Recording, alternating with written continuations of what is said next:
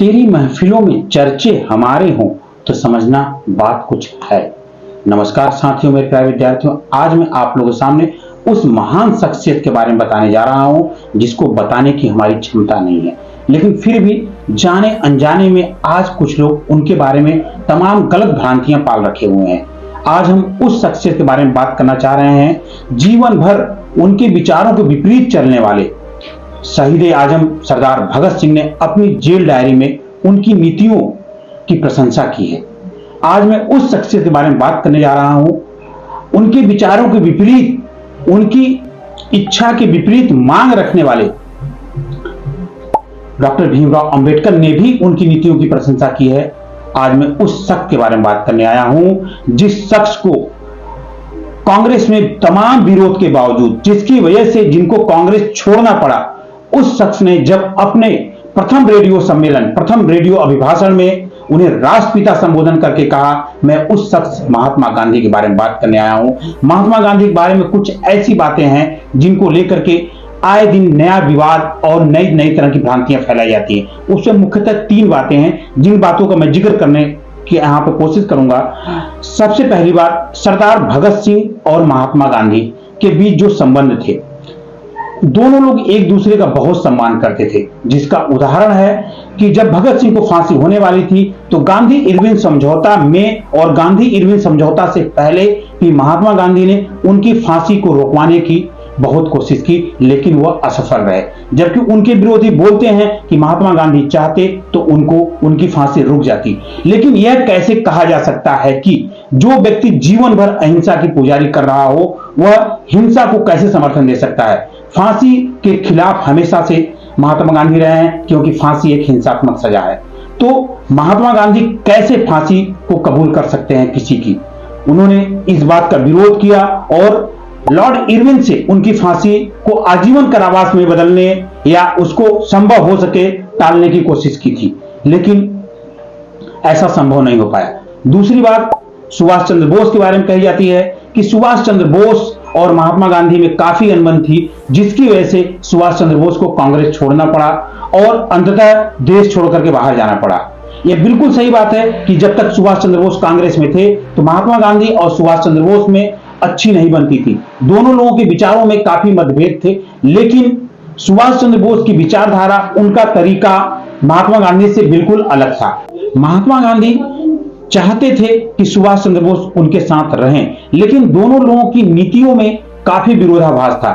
इसलिए सुभाष चंद्र बोस ने देश के बाहर जाकर के ऐसा तरीका अपनाया जो कि सबसे अनूठा था। लेकिन जब वो आजाद हिंद फौज का गठन करके भारत में आए और उन्होंने अपने प्रथम अभिभाषण में महात्मा गांधी को राष्ट्रपिता कहकर संबोधित किया और महात्मा गांधी ने उसके एवज में और उसके सम्मान स्वरूप सुभाष चंद्र बोस को नेताजी कहकर संबोधन किया, यह दोनों ही संबोधन इतिहास में अमर हो गए हैं।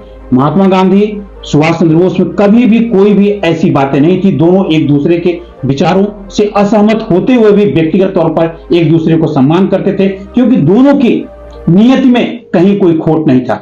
वहीं तीसरी बात आती है डॉक्टर भीमराव अंबेडकर। जब हम पूना पैक्ट की बात करते हैं, पृथक निर्वाचन को लेकर के डॉक्टर भीमराव अंबेडकर और महात्मा गांधी में काफी विरोधाभास हुआ था, लेकिन महात्मा गांधी ने उसमें पृथक निर्वाचन का विरोध किया था और उसकी जगह पे आरक्षण व्यवस्था को लागू कर दिया था। उस समय पृथक निर्वाचन मुस्लिमों को, आंग्ल भारतीयों को, सिखों को, इन सबको मिलता था, लेकिन संविधान लागू होने के पश्चात वह पृथक निर्वाचन समाप्त कर दिया गया और उसका रूप आरक्षण ने ले लिया। आरक्षण हालांकि दलितों को पहले से ही प्रदान था। क्या अगर पृथक निर्वाचन उस समय लागू कर दिया गया होता तो उस अल्प समय में दलितों का भला तो नहीं हो पाता, लेकिन शायद आरक्षण जो उनके सामुदायिक विकास के लिए दिया गया वह आना शायद एक संभव न हो पाता। तो महात्मा गांधी ने वहां पर राष्ट्रहित में पृथक निर्वाचन को तवज्जो दिया था, जबकि भीमराव अंबेडकर, मैं दोनों के विचारों का सम्मान करता हूं, लेकिन दोनों के सोचने का नजरिया अलग अलग था। अब हम बात करते हैं दुनिया का सबसे बड़ा prize, Nobel prize Mahatma Gandhi को क्यों नहीं मिला। यह भी कुछ लोग कहते हैं कि महात्मा गांधी अगर इतने बड़े नेता थे तो उनको नोबेल प्राइज क्यों नहीं मिला। तो इसके बारे में आपको बता देना चाहता हूं कि महात्मा गांधी को नोबेल प्राइज के लिए 4 बार नॉमिनेट किया गया था। नोबेल समिति के लोगों का मानना था कि महात्मा गांधी को नोबेल पुरस्कार इसलिए नहीं दिया जाता है, उनकी जो नॉमिनेशन था बार बार यह करके खारिज कर दिया जाता है कि गांधी की शख्सियत में कई लेयर्स हैं जिनके कारण उन्हें नहीं दिया जा सकता है।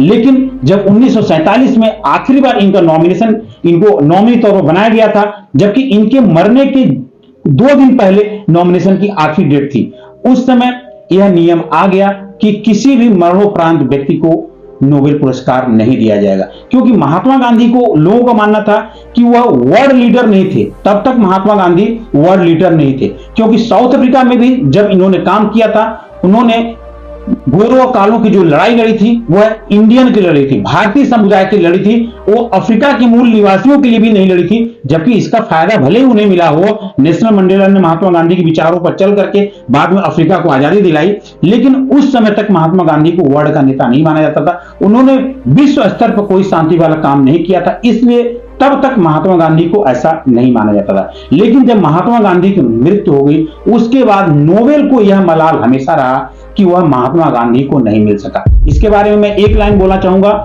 नोबेल पाने की चाहत लाखों में है, नोबेल पुरस्कार पाने की चाहत लाखों में है। नोबेल जब किसी को पाना चाहे तो समझो बात कुछ और है। मेरे साथियों, महात्मा गांधी एक ऐसी शख्सियत से जिनके बिना भारत अधूरा है।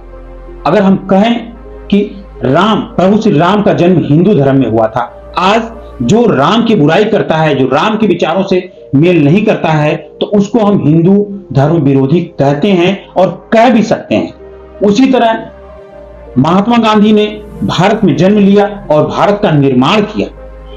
भारत को स्वतंत्र भारत बनाने का श्रेय महात्मा गांधी को भी जाता है। तमाम क्रांतिकारी साथियों के साथ, तमाम राष्ट्रीय आंदोलनों के साथ यह श्रेय महात्मा गांधी को भी जाता है। अगर इस देश में रहकर अगर कोई महात्मा गांधी की बुराई करे तो समझो वह राष्ट्रद्रोह है। महात्मा गांधी ही क्यों, तमाम स्वतंत्रता सेनानी जिन्होंने स्वतंत्रता संग्राम में एक भी संघर्ष किया हो, जिन्होंने स्वतंत्रता संग्राम के लिए अपना तन